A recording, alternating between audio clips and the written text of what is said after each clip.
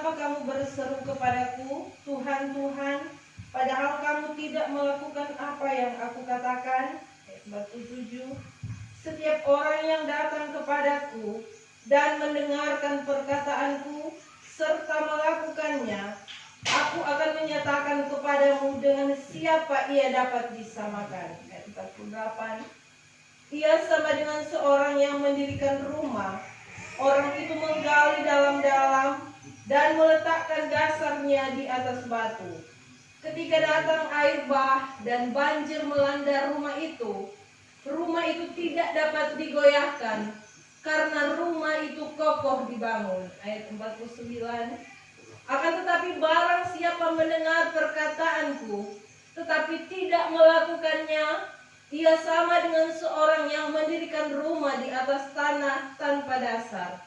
Ketika banjir melandanya, rumah itu segera rubuh dan hebatlah kerusakannya. Iya, terima kasih. Silakan duduk. Ya, saudara, firman Allah pada saat ini tentunya kita sudah sering dengar lewat khotbah, lewat kita membaca, kita mendengar, lewat cerita. Ya. Bahkan anak-anak sekolah minggu pun diajarkan cerita tentang dua macam dasar. Kalau di dalam bahasa Indonesia terjemahan baru, terjemahan masa kini, ya, BIMK, itu lebih jelas ya. Saya baca demikian. Ini bertema pembangunan rumah yang pandai dan pembangunan rumah yang bodoh. Mengapa kalian memanggil aku Tuhan, Tuhan, tetapi tidak melakukan apa yang ku kehendaki? Ya, iblis juga berusaha untuk mengganggu lewat alat yang ada. Ayat 47, dengan siapakah dapat kita samakan orang yang datang kepadaku dan mendengar perkataanku serta melakukannya? Baiklah aku menunjukkannya kepadamu. 48. Ia seperti orang yang ketika membangun rumah menggali dalam-dalam lalu membuat fondasinya pada batu. Pada waktu ada banjir dan air sungai melanda rumah itu tidak dapat digoyahkan sebab sudah dibangun di atas fondasi yang baik. Tetapi orang yang mendengar perkataanku dan tidak melakukannya adalah seperti seorang yang membangun rumah tanpa fondasi. Kalau banjir melanda, rumah itu segera roboh dan kerusakannya hebat sekali. Saudara, ini memang lebih enak didengar bahasa Indonesia masa kini, ya. Nah, saudara, ini adalah merupakan perkataan daripada Tuhan Yesus. Perkataan Tuhan Yesus yang disampaikan kepada murid-muridnya dan orang-orang yang ada pada waktu itu. Namun saudara, lebih khusus juga sekarang ya datang bagi saya dan saudara. Karena sangat penting, ya. Sangat penting kita membangun rumah yang pandai dan ya, berbicara rumah yang pandai dan rumah yang bodoh, artinya pembangunan rumah yang bijaksana, pandai, dan yang bodoh. Ya. Saudara, dikatakan di sini ada rumah yang dibangun dengan fondasi gali dalam. Ya, kalau orang buat fondasi tentunya kalau dalam dia akan kuat, tetapi anggarannya besar. Begitu toh? Anggarannya besar. Sehingga sekarang kadang-kala orang ya membuat lubang yang biasa aja, yang sedikit saja supaya menghemat batu, menghemat semen dan lain-lain. Kadang-kala begitu, karena berpikir kita kan di daerah aman. Mana mau ada banjir di sini? Mana mau ada longsor? Tidak akan mungkin ya di daerah kita. Tetapi ini saudara adalah berbicara tentang rumah yang rohani. Karena dikatakan oleh Rasul Paulus, barang yang rohani kita bandingkan dengan yang rohani. Nah, rumah yang dibangun ini adalah rumah rohani kita. iman kita kepada Tuhan. Nah tentunya sebagaimana diceritakan atau disampaikan oleh Tuhan Yesus, ya, ada orang yang membuat fondasi yang dalam dan pakai batu-batu yang besar, sehingga terbangunlah rumah itu. Sehingga tatkala banjir datang, ya, gelombang datang silih berganti, bangunan rohani itu tetap kuat. Nah saudara kasih dalam Tuhan, dari satu sisi kalau orang membangun seada-adanya, yang penting sudah bisa bangun rumah, ya, dikatakan di sini tidak pakai fondasi, tetapi bangunan itu hanya berdiri beralaskan tanah. Tatkala hujan, tatkala banjir datang, melanda rumah itu, maka rumah itu roboh dan kerusakannya hebat sekali. Kerugian yang dialami luar biasa. Nah saudara, ini adalah berbicara iman kita kepada Tuhan. Sebab itu ayat yang ke-46 dikatakan begini, mengapa kalian memanggil aku Tuhan, Tuhan, tetapi tidak melakukan apa yang kukatakan kepadamu. Firman Allah, ya, selalu datang bagi saya dan saudara. Jadi bukan cuma jemaat. Yang pertama-tama, kalau sidang jemaat, Tuhan datang kepada gembala, ya. Tuhan datang kepada 7 sidang, 7 malaikat sidang, dan dia mulai menyampaikan pesan-pesan Tuhan. Tuhan mulai memperingatkan. Tuhan tahu kesusahan, kelelahan, kesetiaan mereka. Ini 7 sidang, ya, ada sidang Efesus, Smyrna, Pergamus, apalagi Philadelphia. Ini sidang-sidang Tuhan menegur malaikat sidang, dan tentunya malaikat sidang disampaikan kepada sidang jemaat. Ini saudara sekalian, Tuhan menegur karena Tuhan sayang, ya. Dikatakan oleh Rasul Paulus, barang siapa yang aku tegur, aku sayang, aku tegur. Artinya Tuhan mengingatkan. Teguran Tuhan, saudara, indah sekali, sangat baik sekali. Saya pernah ditegur oleh Tuhan, ya, saya pernah ditegur oleh Tuhan. Saya pernah tinggalkan itu, ya, baru mau ikut kursus. Waktu itu, ya, guru kita yaitu Pendeta Waworuntu, dia marah, kemudian ya saya merasa kecewa, saya pulang di rumah. Dan saudara, apa yang terjadi? Om Yance berdoa, saudara, sampai di rumah kita sakit perut, sakit badan, mau duduk tidak bisa, berdiri tidak bisa, sehingga langsung jatuh ke tanah. Kemudian Pendeta Roy Rorong datang, ya, menyampaikan kepada Om, kenapa Freddy dah sakit? Om cuma tertawa. Om bilang, iya, itu acara Tuhan. Nah saudara, kalau acara Tuhan itu saya sudah pernah alami dan rasakan. Sebab itu saya, saudara sekalian, selalu peka dengan Tuhan, apa yang Tuhan katakan. Saya lebih dengar Tuhan daripada dengar manusia. Dan saya punya prinsip bahwa Tuhan itu adalah satu-satunya penolong saya yang tidak akan pernah mengecewakan. Dunia bisa melupakan saya, keluarga bisa tinggalkan saya, siapapun orang dekat saya bisa tinggalkan saya, tetapi Tuhan tidak akan tinggalkan saya. Sebab itu setiap hari saya selalu mengintrospeksi diri, ya, memperbaiki diri, selalu bertanya kepada Tuhan, apakah saya sudah melakukan yang baik?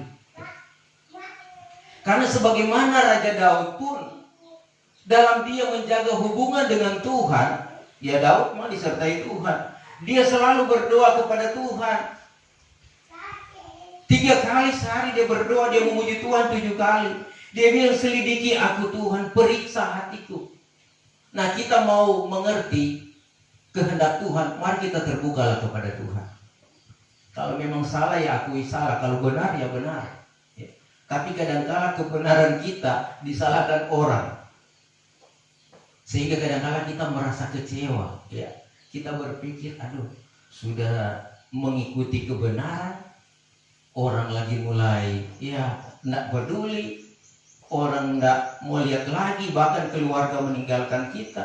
Kemudian dari pihak lain juga bilang, kamu sudah sesat, sudah tidak benar, ya. Ini hal-hal yang terjadi yang kita alami, tetapi itu merupakan proses Tuhan. Bagaimana kita bisa bertahan di dalam Tuhan? Karena kita hidup karena apa kata Tuhan, bukan apa kata manusia. Manusia silakan berbicara. Raja Daud dia katakan, orang yang mempersalahkan aku, mau menyakiti aku, membunuh aku, lebih banyak daripada rambut di kepalaku. Banyak sekali saudara musuh kita. Bahkan Tuhan katakan orang yang sehidangan dengan aku, sudah dulu makan, dia akan mengkhianati. Ini dunia saudara. Nah, pertumbuhan iman kita dibentuk dengan hal yang demikian. Apakah kita bisa bertahan di masa-masa sulit? Saudara, kalau firman Allah ada, dasar fondasi kita, kebenaran ada, maka saudara sekalian kita abaikan saja itu. Bahkan seperti Stefanus, dia dirajam dengan batu, dipukuli sampai berdarah-darah. Dia tetap melihat ke atas. Dia tidak lihat siapa yang menyakiti dia, memukul dia, meskipun di situ ada ya Saul, ya Saul, atau setelah dia bertobat dikatakan Paulus, ya Rasul Paulus. Ada di situ, dia yang suruh bunuh Stefanus. Ya.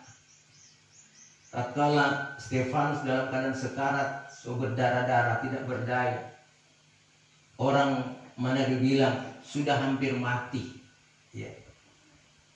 Tetapi dia melihat kemuliaan langit terbuka, dia lihat Bapa di sorga. Ada Yesus di sana di sebelah kanan Allah. Stefanus berdoa, ya Tuhan, jangan tanggungkan dosa ini kepada mereka. Apakah kita bisa demikian?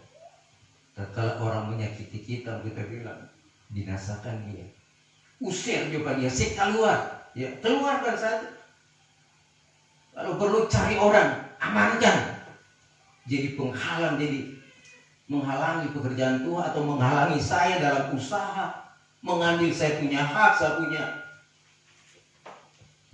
usaha itu digagalkan. Ya mungkin ya, kalau mungkin ya Bapak Medi dan Ibu Rini mungkin sudah mengalami hal yang demikian, bagaimana menghadapi itu cobaan-cobaan begitu. Tetapi sampai sekarang pun mereka ya masih bisa bertahan.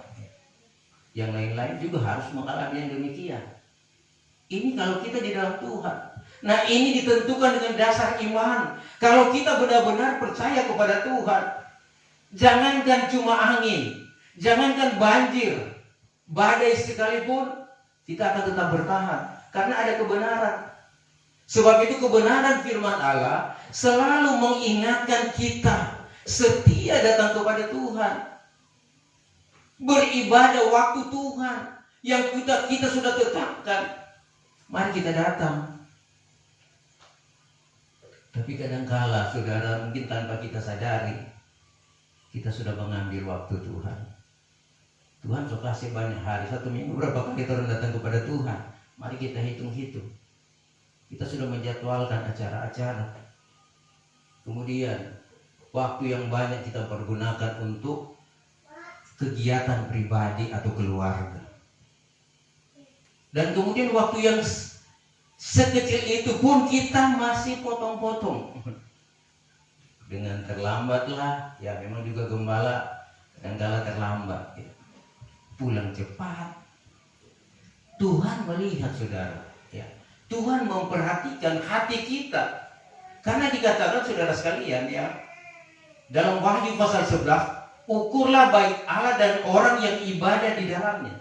Jadi kita yang beribadah kepada Tuhan, itu dilihat Tuhan sampai ke kedalaman hati.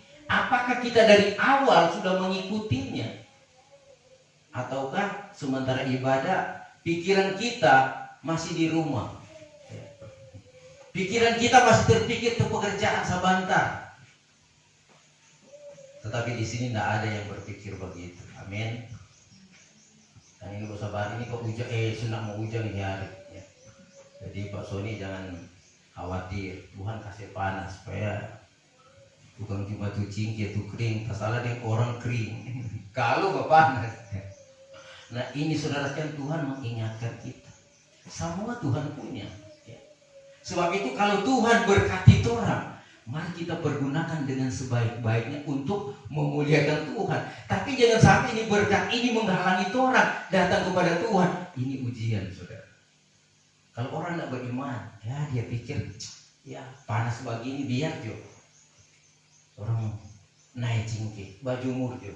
Biar nanti minggu depan, nanti jo habis panen baru cari Tuhan. Saudara, orang yang membuat bangunan iman tetapi tidak punya fondasi, tidak punya iman, kekuatan, dasar kebenaran firman Tuhan. Kan pada belum lama ya saya katakan dalam khotbah malam, hikmat itu lebih berharga daripada emas dan permata. Artinya hikmat itu berbicara tentang Tuhan. Tuhan itu kebenaran, firman Allah itu adalah Tuhan, lebih berharga daripada emas dan permata. Tidak ada yang dapat disamakan dengan kebenaran firman Allah. Nah ini adalah pilihan yang harus kita lakukan.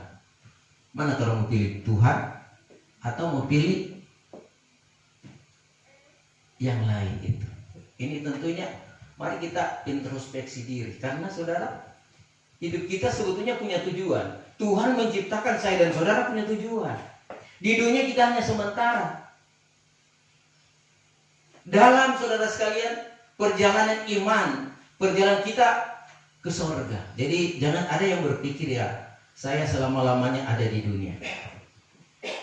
Sebab itu mengumpulkan harta, kekayaan, membuat keluarga sejahtera. Kalau perlu untuk kebutuhan sepanjang tahun bisa tercukupi. Itu pikiran kita manusia. Kalau perlu anak-anak kita ke depan sudah ada dasar, sudah ada peninggalan, sudah ada warisan. Jadi orang tua berusaha bercakap, ya. Saudara, Amsal Sulaiman bilang pada masa kepicikan harta itu tidak berguna, tetapi firman Allah menyelamatkan engkau dari kepicikan. Ini hikmat Sulaiman, saudara. Tuhan selalu mengingat-ingatkan ya bahwa tujuan kita surga. Nah, bagaimana kita mencapai surga? Bangun rumah yang kuat, rumah yang kokoh, bangun iman yang kuat. Karena saudara, dalam kita beribadah itu ada waktu. Ada waktu. Sebab itu dikatakan Yohanes 9 ayat yang keempat, selagi hari siang wajib kita mengerjakan pekerjaan Tuhan. Karena ada waktunya kita akan beristirahat. Amin. Nah, karena ada waktu berarti ada batas. Ada batas waktunya Tuhan, ada batas waktunya kita. Waktu kita ya tatkala kita dipanggil Tuhan selesai, kita tidak dapat bekerja lagi, beristirahat untuk selama-lamanya. Tetapi waktunya Tuhan, saudara sekalian, masuk pada musim dingin. Di dalam kitab Wahyu pasal yang ke-6 ayat yang ke-11, ayat 9 sampai 11, itu meterai yang kelima, tidak ada lagi pekabaran, sebab gereja pengantin sudah sempurna. Bahkan sudah menikah dengan Tuhan dan akan menunggu meterai yang ke-6 untuk keangkatan. Itu saya dan saudara. Jadi masa vakum, musim dingin, tidak ada lagi pekabaran. Sebab itu berlaku Amos 8 ayat 11 dan 12. Orang akan beredar-edar mencari firman Tuhan. Kelaparan bukan kelaparan hanya jasmani, tetapi kelaparan rohani. Beredar-edar mencari kebenaran sudah tidak ada. Tetapi orang yang sudah dipenuhi dengan kebenaran, tidak perlu lagi mencari kebenaran sudah ada di hati. Sehingga dalam meterai yang kelima itu selama 280 hari Orang beribadah itu tinggal sembunyi-sembunyi, tidak lagi pakai Alkitab. Tak kala terkumpul, dia mulai memberitakan firman Tuhan, berdoa, memuji Tuhan. Ini sedang menantikan masa keangkatan, masa penyelamatan.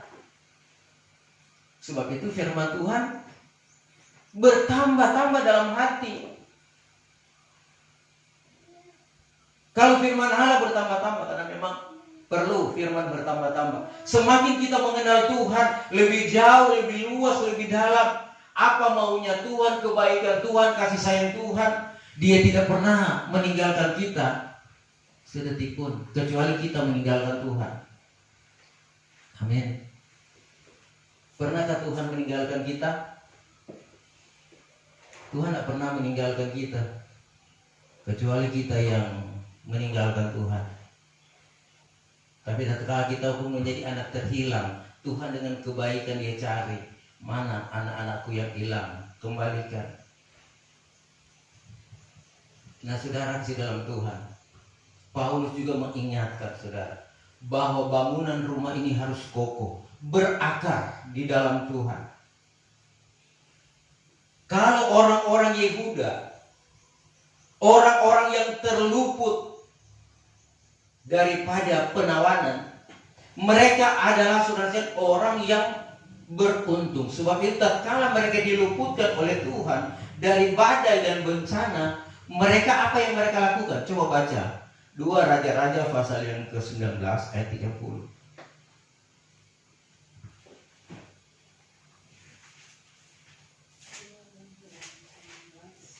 Ayat 30.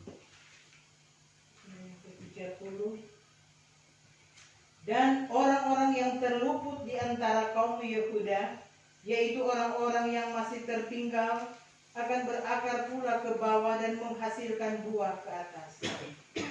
Ya, sampai di situ. Mereka yang luput, ya, mereka berakar ke bawah dan berbuah ke atas. Ayat 3, kalau dalam bahasa Indonesia masa kini, orang Yehuda yang masih hidup akan makmur, seperti tanaman yang dalam sekali akarnya dan menghasilkan buah. Ini saudara-saudara, orang-orang Yehuda artinya terpuji, iman yang terpuji. Dia berakar ke bawah dan berbuah ke atas. Saudara, akar itu menentukan. Jadi bukan cuma pohon, dia tumbuh ke atas, kita melihat cabangnya makin besar, makin bercabang banyak, daun-daunnya makin rimbun, buah-buahnya banyak. Saudara, itu diimbangi dengan akar yang kuat ke bawah. Kalau akarnya tidak kuat saudara, maka pohon itu akan tumbang. Berbicara kita ini adalah tanamannya Tuhan. Bagaimana kita mau bertambah-tambah, bercabang, berbunga dan berbuah-buah, kalau akar kita tidak kuat? Mau saudara sekalian begitu? Nah sebab itu saudara dapat tahu, kita bisa melihat apakah kita sudah ada di dalam Tuhan, apakah kita sudah berakar atau belum. Lewat buah-buahnya kita mengenal, oh dia itu ya orang yang baik, setia, selalu sosial. Kalau soal ibadah, oh nomor 1. Kalau mau berkorban melayani pekerjaan Tuhan, oh dia rela berkorban. Dan saudara, perhatikan baik-baik kabar pengantin. Orang yang benar-benar memberi yang terbaik, itu yang berlaku. Air putih pun diberikan, DP mahkota tidak akan hilang. Apalagi so pakai susu, apalagi so pakai kopi. Aduh, memang sore-sore baru habis pulang dari kebun, seolah-olah kemudian ya ada kopi, ada susu, kemudian ada pisang goreng, ada onde-onde, wah, ada cookies cucur. Saudara, betapa senang. Tuhan perhitungkan. Apapun yang kita bawa kepada Tuhan, Tuhan perhitungkan. Sedangkan hidup saja ini Tuhan punya. Kalau kita membawa benar-benar kepada Tuhan, menyerahkan sungguh-sungguh, Tuhan perhitungkan, saudara. Tuhan pegang teguh-teguh. Yesaya, Tuhan percayakan bernubuat kepada orang Israel yang dikatakan bebal, orang-orang jahat, ya. Tetapi Tuhan pegang teguh dia. Berbicaralah yang benar. Nabi Yeremia, sampaikanlah maksud firman Tuhan. Nabi Mika disuruh bernubuat. Karena kejahatan orang-orang pilihan Tuhan. Dan hamba Tuhan, saudara, itu dia ada di dalam tangan Tuhan, tangan kanan Tuhan. Sebab itu dikatakan oleh firman Tuhan, jangan mengutuki hamba Tuhan yang aku lantik. Ya. Kalaupun hamba Tuhan kita lihat sudah salah, kita tegur, dan dia akan berurusan dengan Tuhan. Tapi kalau hamba Tuhan ada bagus-bagus, masa tuh orang mau bicara-bicara tak bagus? Kecuali memang hamba Tuhan panjahat, kong orang mau ikut dia pemau. Ya. Mari orang ikut Tuhan pemau. Ya. Saudara, orang ibadah itu untuk keselamatan, untuk surga. Jadi kesempatan yang ada ini mari orang pegang teguh-teguh. Coba baca Kolose pasal 2 ayat 6 sampai ayat yang ke-8. Kolose 2 ayat 6. Kamu telah menerima Kristus Yesus Tuhan kita. Karena itu hendaklah hidupmu tetap di dalam Dia. Hendaklah kamu berakar di dalam Dia dan dibangun di atas Dia. Hendaklah kamu bertambah teguh dalam iman yang telah diajarkan kepadamu, dan hendaklah hatimu melimpah dengan syukur. 8. Hati-hatilah supaya jangan ada yang menawan kamu dengan filsafatnya yang kosong dan palsu menurut ajaran turun-temurun dan roh-roh dunia, tetapi tidak menurut Kristus. Iya, saudara, Paulus ya ingatkan ya. Ini DP tema dalam kehidupan yang sempurna. Saudara-saudara sudah menerima Kristus Yesus sebagai Tuhan. Sebab itu hendaklah kalian hidup bersatu dengan Dia dan berakar di dalam Dia. Hendaklah kalian membangun hidupmu dengan Kristus sebagai dasarnya. Hendaklah kalian makin percaya kepada Kristus menurut apa yang sudah diajarkan kepadamu. Dan hendaklah hatimu meluap-luap dengan ucapan terima kasih. Hendaklah kalian berhati-hati, jangan sampai ada yang memikat kalian dengan falsafah manusia yang tidak berguna, melainkan hanya menyesatkan. Falsafah itu bukan dari Kristus, melainkan dari pendapat manusia saja dan dari roh-roh penguasa dunia.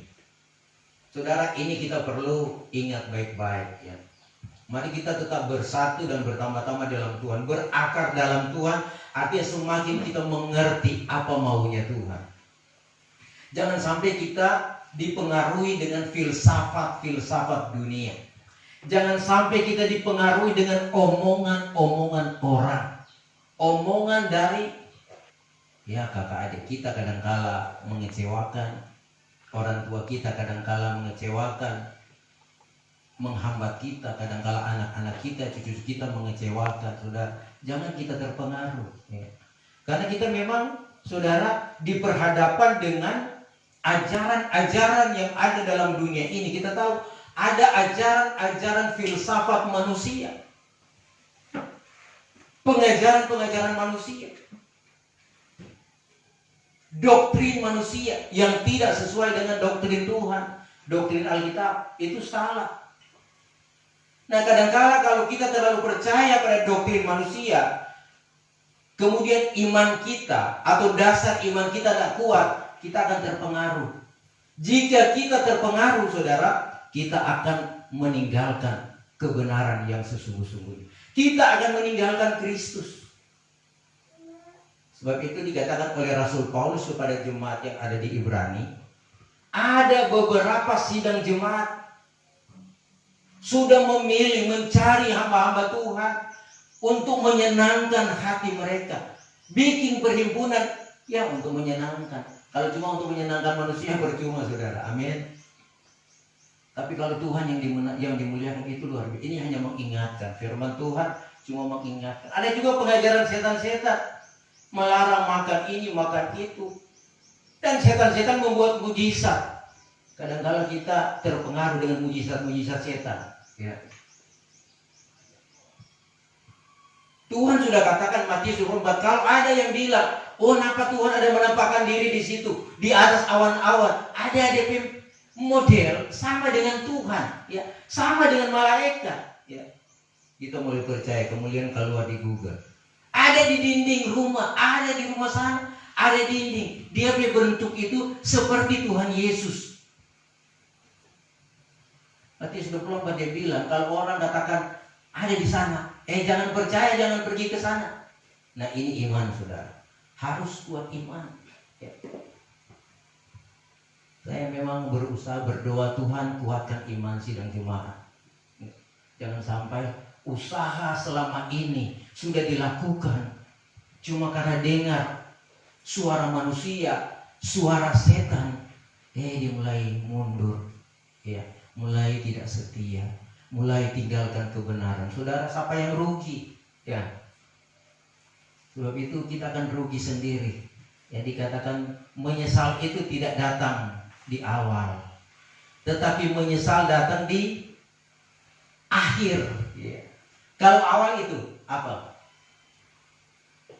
Kalau awal itu pendaftaran, mau mendaftar kegagalan atau mendaftar keberuntungan. Ya. Ini saudara kan kita mau daftar keuntungan, artinya kita menabur di dalam Tuhan, kita cari hadirat Tuhan, kita lakukan kebenaran, dan kita pasti akan menuai kebenaran. Tapi kalau dari awal kita sudah mulai menabur kejahatan, iri, dengki pikiran kita, ya. Sebab itu orang kalau orang ya baku marah, lebih baik berdiam. Kalau ada yang menyakiti kita, sabar, ya. Jangan langsung balas, saudara. Karena kesabaran itu menutupi dosa yang banyak. Kalau kita mau bicara, semua lebih tinggi dependensi, akhirnya darah tinggi naik. Ya. Coba bagi yang datang duduk di kaki saya Tuhan, ya. Sama dengan Ibu Seni, tatkala mendengar berita-berita yang tidak bagus, ya, aku lagi di rumah menangis sendiri di kamar. Biar orang bilang, ya, orang cerita-cerita, kenapa dia menangis sendiri? Sama dengan Hana. Hana itu dia menangis di muka Imam Eli. Dia berkomat kami, dia meminta. Imam Eli pun dia bilang, Hana, kenapa kamu seperti orang gila? Ya. Hana bilang, saya bukan gila, tapi saya hanya mencurahkan isi hatiku kepada Tuhan. Karena aku ini membutuhkan, aku ini mandul. Ya. Saudara, Tuhan ingat. Ya. Kemudian Imam Eli ini juga dia sampaikan kepada Tuhan. Hana yang mandul akhirnya melahirkan, dia punya anak siapa? Samuel, Nabi Samuel. Dia yang memberkati Yakub, dia yang memberkati orang-orang benar. Sebab itu Hana berdoa, Tuhan, kalau Tuhan berikan saya anak, rambutnya tidak akan disentuh dengan gunting, dan biarlah dia melayani pekerjaan Tuhan. Ini doa orang tua memintakan kepada Tuhan, Tuhan, kita masalah ini terlalu banyak, terlalu berat, ya. Tapi kadang-kadang saudara, masalah kita yang buat sendiri. Jadi kita harus bedakan masalah yang bikin sendiri dan masalah memang pikul salib. Saudara, memang di hari-hari ini kita sedang diproses. Karena Tuhan sedang menggoncangkan bumi ini. Langit pun tergoncang, malaikat pun goncang. Di mana-mana kita dengar kabar-kabar peperangan, kepalsuan Kristus palsu, nabi palsu, hamba-hamba Tuhan palsu, jemaat palsu. Ini banyak sekali yang DP palsu-palsu. Kabar peperangan lagi, perang di sini sana, sudah dinubuatkan. Tinggal menggenapi, firman Tuhan tinggal menggenapi. Kalau firman Tuhan digenapi, Apa yang kita mau buat? Duduk di kaki Tuhan. Karena berbagai-bagai bencana akan terjadi. Masalah-masalah akan terjadi. Penganiayaan-penganiayaan akan terjadi. Kalau sekarang kan orang belum mengalami aniaya, tapi satu kali kelak, ya dikatakan oleh firman Tuhan, orang membunuh kamu, dia menyangka beribadah. Mau bilang apa kalau firman Tuhan digenapi? Sebab itu saudara, firman Tuhan datang bagi saya dan saudara. Kita buat fondasi teguh-teguh kepada Tuhan. Amin. Biar cuma sebagian kecil kita. Kalau kita membuat fondasi yang kuat, kita tidak akan mudah tergoyahkan. Silakan orang mau ambil saja. Tetapi jangan ambil Kristus yang ada di hatiku. Ada kan tuh puji-pujian tuh? Kekayaan, kehormatan boleh kau ambil, asalkan jangan kau ambil Tuhan Yesusku.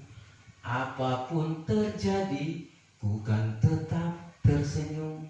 Amin saudara. Mau tersenyum apapun yang terjadi, berusaha. Kalau tak mampu berdoa, Tuhan, kalau saya menderita saya ingin tersenyum, kuatkan, mampukan. Kalau saya dalam keadaan kesulitan, saya akan berusaha tersenyum dan cari hadirat Tuhan. Ini maunya Tuhan. Ya. Sebab itu firman Tuhan pada saat ini mengingatkan kita, orang lebih yakin dengan Tuhan. Iman kita tambah-tambah, kesetiaan kita tambah. Mari kita cari hadirat Tuhan. Kita lupakan yang di luar. Lupakan apa yang ada di luar. Pekerjaan kita di luar. Tatkala kita datang di hadirat Tuhan, sungguh-sungguh kita datang kepada Tuhan. Saudara tidak rugi. Ya. Mungkin kita pikir, aduh, ini satu lapangan dari Timur Akan, kalau ujung habis kita ini. Rugi ini. Ya, tetapi Tuhan janji saudara, Dia tidak akan pernah mengecewakan kita semua. Kalau Tuhan lihat kita setia, segala sesuatu pun Tuhan akan campur tangan. Sedangkan orang tanam padi, kalau hari Minggu orang datang ibadah, maka itu padi itu akan aman. Jangan takut-takut dengan burung mau datang. Jangan takut dengan tikus mau datang. Karena kalaupun memang orang ada di situ, kalau memang burung datang, tikus datang, mau bikin apa, tetap dia makan. Namanya solapar. Ya. Saudara, burung sekarang pintar, nggak lupa dulu. Dia lagi bikin bunyi-bunyi, pakai layang-layang, pakai yang bergerak-gerak ya. Burung saudara sekalian dia hanya tertawa dari jauh. Dia bilang, iya kasihan. Percuma itu om, percuma itu tante. Kita tetap masuk, kita cari makan. Ada yang suka pakai apa? Net, bukan. Ya tetap orang masuk dari sebelah, dari bawah. Saudara, semua kalau Tuhan izinkan, pasti jadi.